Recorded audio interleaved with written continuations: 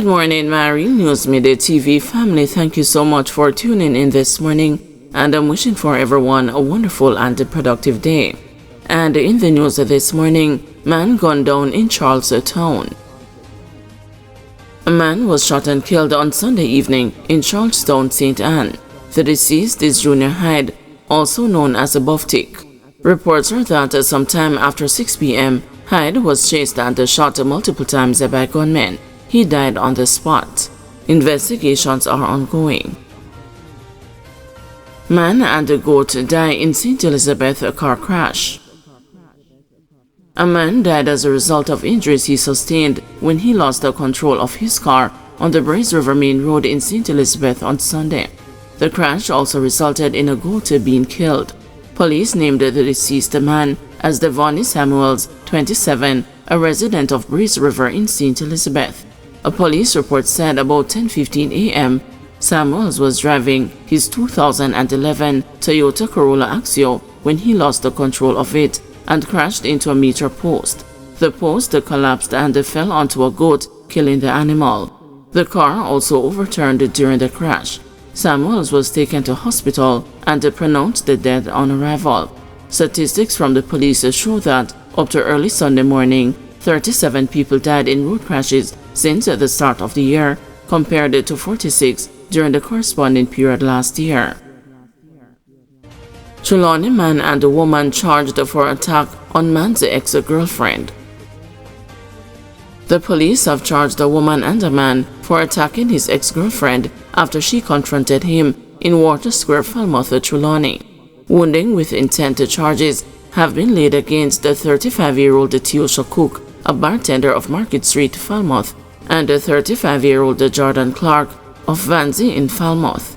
Their court date is being finalized. The incident happened on Thursday, February 6. Reports from the Falmouth police are that about 8 p.m., the woman who was in an intimate relationship with Clark approached him. However, she was intercepted by Cook, who kicked her. According to the police, Clark then held onto the woman, restricting her movements, while Cook used a knife to stab her. Both Cook and Clark fled the scene.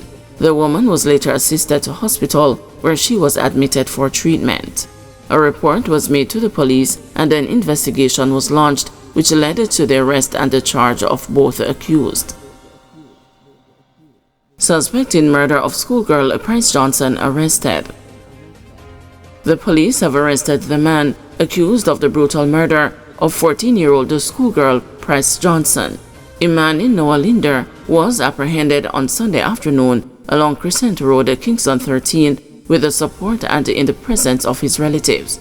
The police say investigators are actively pursuing the case and will provide further updates. The police have renewed their appeal for anyone with information on the incident to come forward. Reports indicate that on the afternoon of Thursday, February 6, Johnson was at her home in Palm Grove Court, St. Andrew, when a man entered her apartment and the screams were heard shortly after. A relative who was alerted entered the residence and was later seen wrestling with a man who managed to escape in the area. Johnson was subsequently found in the apartment with wounds to her head and the face. The injured teenager was taken to hospital, where she died while undergoing treatment. Her relative, who had also sustained injuries, was treated at hospital. JCF probing allegations of police misconduct in viral video involving TikToker Rosalie. The Jamaica Constabulary Force is reporting that an investigation has been launched into the circumstances surrounding a police operation at the home of popular TikToker Rosalie Hamilton and how a video of Hamilton in a state of undress was posted online. The JCF says it takes the allegations of misconduct regarding claims of the unauthorized recording and the distribution of a video of Hamilton in a compromising position seriously. The probe is being conducted by the Criminal Investigation Branch and the Inspectorate and the Professional Oversight Bureau, which are tasked with determining the facts surrounding the incident. The ongoing investigation will be conducted with the utmost seriousness, and any necessary corrective action will be taken based on its findings, the JCF said in a statement on Sunday. The incident arose from a police operation that took place at Hamilton's home early yesterday morning. It is alleged that Hamilton, who was in a state of undress, was video recorded during the operation. The video subsequently appeared on social media shortly afterwards. The incident has reportedly left the TikToker star embarrassed and in mental distress. Following the incident, Hamilton posted a video in tears calling for the authorities, including Prime Minister Dr. Andrew Holness, to look into the matter and take action. The JCF says it is committed to maintaining the highest standards of professionalism and integrity. Any conduct that falls short of these standards will be addressed in accordance with established procedures. We remain dedicated to upholding public trust and ensuring that all members of the force adhere to the principles of ethical policing and respect for human rights. We ask for the public's patience as due process is followed. British woman convicted for trying to smuggle cocaine fined $3 million. Kean Anderson, the British national who was caught trying to smuggle over 1 kilogram of cocaine out of the island via the Sangster International Airport in Montego Bay, St. James, escaped jail time but was fined $3 million in the St. James Parish Court on Friday. Anderson, 47, who was found guilty on December 13, 2024, of possession of, dealing in, and attempting to export cocaine after the drug was found inside a patty box she had in her possession, maintained a composed expression as Presiding Judge Acacia Grant Price handed down the sentence. During the sentencing hearing, Anderson's attorney Peter Champagny urged the Grant Price to examine the mitigating factors in his client's favor, including the fact that her social inquiry report testified positively to her character. Before you is a 47-year-old lady who from all accounts has been very industrious in terms of her life, so I would ask you to take that into account.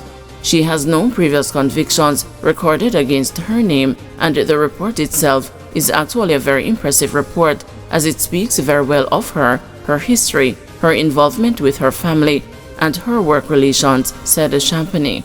The report concludes by saying that, as a reported first-time offender, she is not beyond redemption and her risk of reoffending appears low. If the court is inclined, she could be ordered to pay a fine and be subjected to a suspended sentence, Champagny continued. This would achieve the dual purpose of holding her accountable for her actions while allowing her to remain a contributing member of society. In handing down the sentence, Grant Price chided Anderson for not being vigilant about checking what was in her patty box where the cocaine was found, referencing Anderson's trial testimony that she did not find anything out of the ordinary about the box at the time. This is one of those cases where proper diligence ought to have been taken. Your lack of diligence and paying attention to detail is why you are where you are at, said Grant Price. A pack of patties plus 3 pounds, 1.3 kilograms of cocaine should have been something significant to you. Anderson was ordered to pay $1.5 million or serve 9 months in prison for possession of cocaine and $1.5 million or 9 months for attempting to export cocaine. She was admonished and discharged for dealing in cocaine. The facts are that on May 10, 2023, Anderson, who checked in at the Sangster International Airport, was preparing to board a flight to Birmingham, England. During routine checks, the cocaine valued at $7.72 million was found in her luggage. During her trial, Anderson maintained her innocence and the lack of knowledge of the substance while laying blame on her former co-defendant and the father of her child, Lakem Olamide, for her predicament. Olamide was released from his charges following a no-case submission on his behalf on July 26, 2024. Guys, thanks for watching. Please join us this afternoon at 2 p.m. for another news update.